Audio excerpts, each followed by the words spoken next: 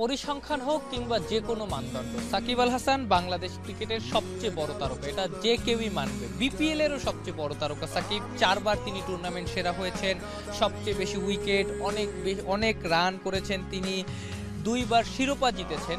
সেই সাকিব আল হাসান এবার নানা কারণে বিপিএল খেলতে পারছেন না।